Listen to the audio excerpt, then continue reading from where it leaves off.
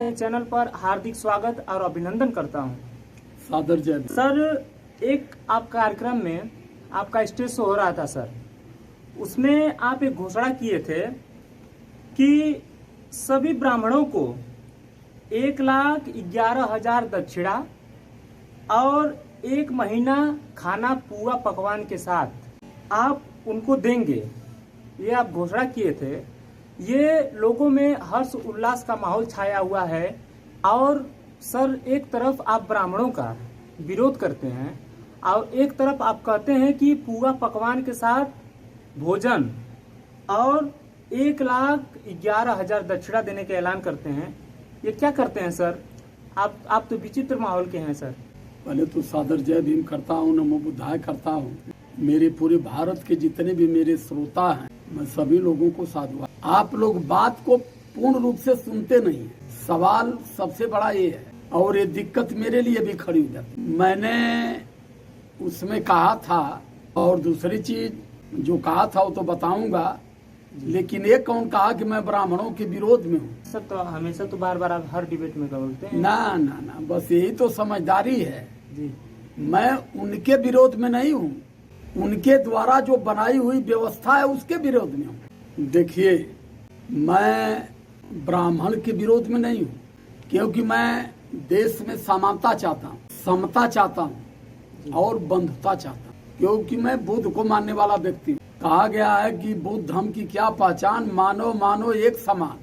लेकिन दुख जो मुझे होता है इस बात का होता है कि वो कहते हैं कि नहीं, हम सबसे बड़े श्रेष्ठ हैं और चमार कहार को हार माझी मल्लाई सबसे नीच हम, इस सूत्र हम। दुख हमें केवल इस बात की लड़ाई हमारी इस बिंदु पर चल रही है। और दूसरी चीज, मूल सवाल जो है, दुख हमें केवल इस बात की लड़ाई हमारी इस बिंदु पर चल रही है। और मूल सवाल जो है आपका था कि 1,11,000 दक्षिणा जी और पुआ पकवान के साथ एक बार 1 महीना भोजन जी 1 महीना कराने का ऐलान किया हूँ जी और आपके चैनल के माध्यम से भी करता हूँ जी कि कराऊंगा मैं। जी। लेकिन मेरी एक शर्त है। क्या शर्त है सर? उनके हिसाब से, जैसे उन्होंने जब वर्ण बनाया तो कहा कि हम ब्रह्मा जी के मुख से पैदा, और हमें इस देश के शूद्र समाज को कहे कि ये ब्रह्मा जी के पैर से पैदा, तो मैं खिलाऊंगा। और मैं उस ब्राह्मण को देखना चाहता हूं कि जो ब्रह्मा जी के मुख से पैदा है।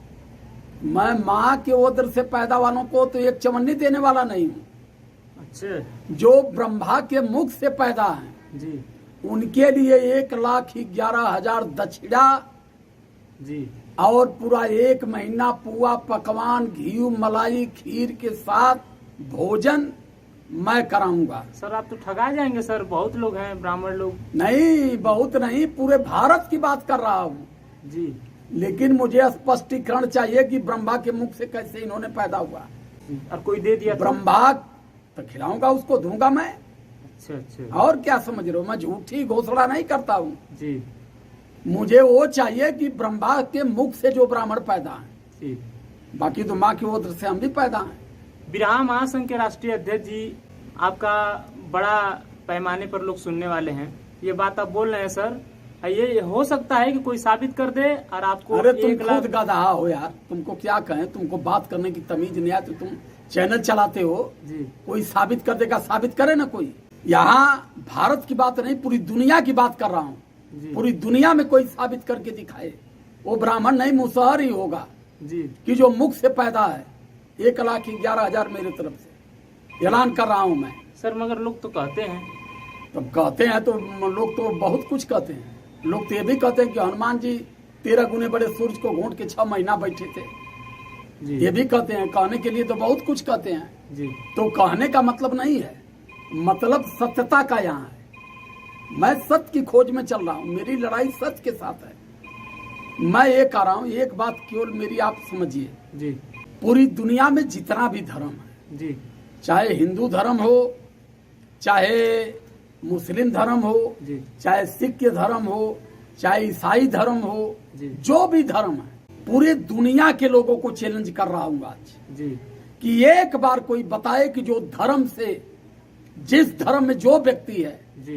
कौन व्यक्ति 14 महीना में पैदा हुआ किस धर्म का व्यक्ति 22 महीना में पैदा हुआ, जी। किस धर्म का व्यक्ति 18 महीने में पैदा हुआ और किस धर्म का व्यक्ति 6 महीने में पैदा हुआ। भारत को नहीं, पूरे विश्व को चैलेंज कर रहा हूँ और जितना धर्म गुरु हैं उनको कह रहा हूँ कि बताओ, पूरे भारत में जितना भी मानव समाज है, पूरा मानव समाज माँ की उदर से 9 महीना में पैदा हुआ, तो धर्म में और जातियों में बांट करके इस समाज को कौन सा संदेश देना चाहते हैं आप लोग? जात के नाम पर सम्मान, जात के नाम पर शिक्षा, जात के नाम पर अधिकार, ऐसे धर्म पर थूकते भी हम नहीं हैं।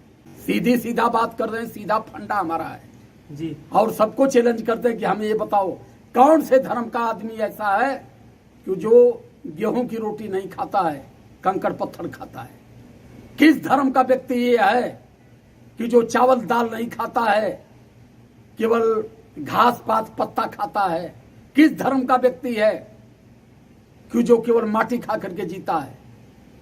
जन्मने का एक रास्ता, मरने का एक रास्ता, खाने का एक सामान। तो धर्म में लोगों को फंसा करके देश के मानवता पर और मानव समाज पर एक धर्म की कट्टरता ने समाज को तोड़ नहीं रही है। ऐसे लोगों से हमारी लड़ाई है।